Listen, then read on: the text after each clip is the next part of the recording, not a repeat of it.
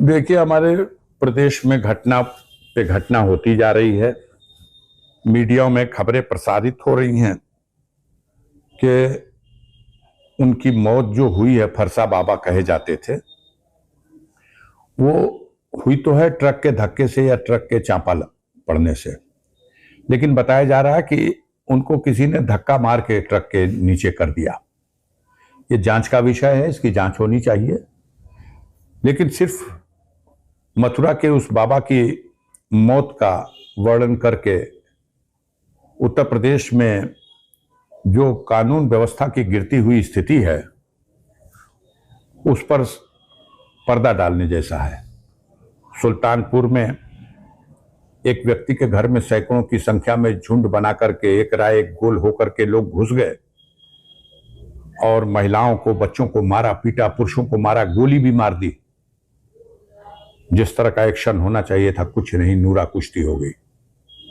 गोरखपुर में दिन दहाड़े पूर्व सभासद को, पार्षद को दौड़ा कर गोली मार दी गई। उसका बेटा खुद बयान दे रहा है, परिवारजन बयान दे रहे हैं कि मुख्यमंत्री में कार्यालय में बैठे हुए लोग अपराधियों को संरक्षण दे रहे हैं। बनारस में आपने देखा, कॉलेज परिसर में जिस तरह से दौड़ा दौड़ा करके गोली मारी गई। और बनारस हमारे प्रधानमंत्री का अपना क्षेत्र है, वहीं से वो निर्वाचित होकर के जाते हैं। गोरखपुर योगी आदित्यनाथ का क्षेत्र है। मथुरा हमारे प्रदेश की धर्म नगरी के नाम से मशहूर एक बहुत ही इंपॉर्टेंट प्लेस है। हर जगह इस तरह घटना हो रहा है। गाजीपुर में एक घटना हुई है जो चाणीपुर करंडा थाना क्षेत्र के अंतर्गत, यहां भी दौड़ा करके गोली मार के हत्या की गई है। मापदंड अलग हो जाएगा जब काम करने का, तो अपराधियों के हौसले बुलंद हैं। जो सत्ता के संरक्षण में पाले जा रहे हैं, पोसे जा रहे हैं, उनके हौसले इतने बुलंद हैं कि उन्होंने कानून व्यवस्था को चुनौती दे रखी है। आज आम जन की जुबान पर उत्तर प्रदेश में एक जंगल राज आ गया, इस तरह की चर्चा हो रही है। जिस तरीके से वाराणसी यूपी कॉलेज में छात्र के सीने में 4 गोली और खोपड़ी में 4 गोली मारा गया, वो भी प्रचार के आंखों के सामने।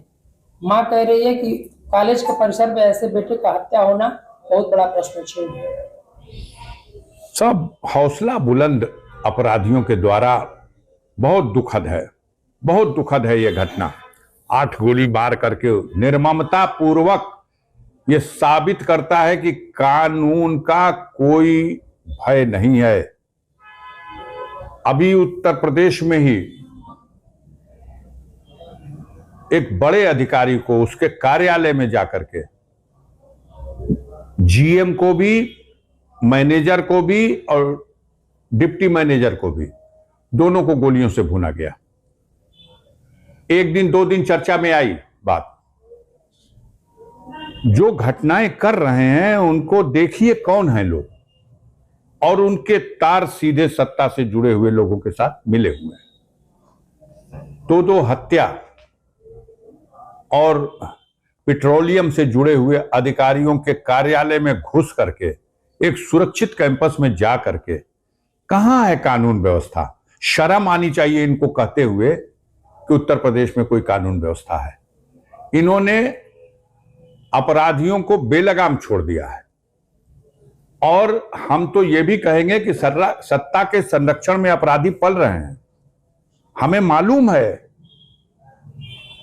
दूर दराज के इनामी और प्रोफेशनल अपराधी आकर के किराए पर हत्या करने के लिए सुपारी ले लेकर के डेरा गिरा गिरा के बैठे रह रहे हैं। और घटनाएं जब हो जा रही हैं, तब 2 दिन अखबार और टीवी में, उसके बाद सब पर्दा डाल दिया जा रहा है। कब क्या हो जाए, किसके साथ हो जाए, कुछ कहा नहीं जा सकता। उत्तर प्रदेश की स्थिति बिल्कुल भयावह है। आम जनता चिंतित भी है, भयभीत भी है।